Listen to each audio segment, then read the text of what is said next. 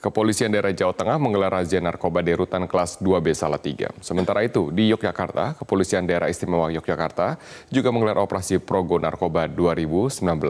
Kita akan bergabung bersama mendengarkan saya, Naufal Nurosa, langsung dari Semarang, Jawa Tengah. Naufal, apa hasil dari pengecekan tahanan di rutan kelas 2B Salatiga? Ya, betul sekali. Memang baru saja Polda Jawa Tengah ini menggelar razia narkoba yang berlokasi di rutan kelas 2B di Salatiga. Dan untuk metodenya sendiri, ini petugas dari Kepolisian Daerah Jawa Tengah melakukan razia dengan mendatangi satu persatu ruangan untuk kemudian dilakukan pemeriksaan pada seluruh tahanan. Pemeriksaan pada tahanan dilakukan dengan memeriksa pupil dan juga melakukan tes urin bagi seluruh tahanan, baik itu tahanan pria maupun tahanan wanita di rutan kelas 2B Salatiga. Sementara itu, meski razia ini sebenarnya diprioritaskan untuk para tahanan di blok narkoba, namun kepolisian juga memeriksa atau melakukan razia di blok-blok lainnya selain blok narkoba. Dan dari hasil yang kami terima, jika di rutan kelas 2B ini tidak ada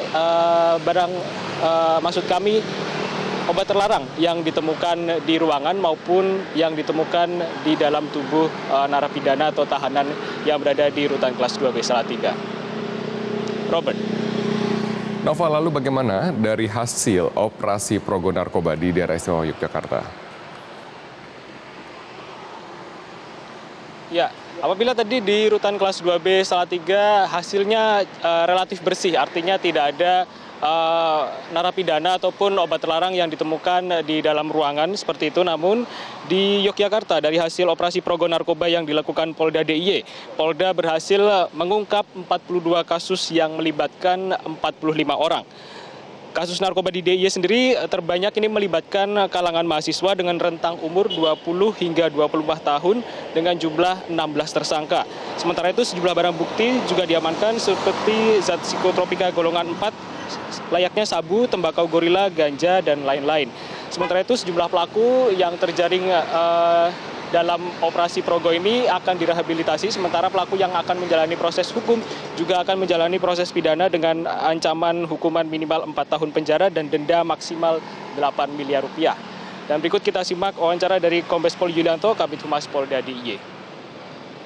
Banyak memang di kelompok umur antara 20 sampai dengan 24 tahun, ini sebanyak 22 orang. Kemudian di atas 30 tahun sebanyak 16 orang dan sisanya kelompok umur 25 sampai 30 tahun. Dari sekian banyak orang ini, yang paling banyak atau yang mendominasi pekerjaan mereka adalah... Demikian Robert, kembali ke studio. Baik, terima kasih Naufal Nurosa atas informasi Anda langsung dari Semarang, Jawa Tengah.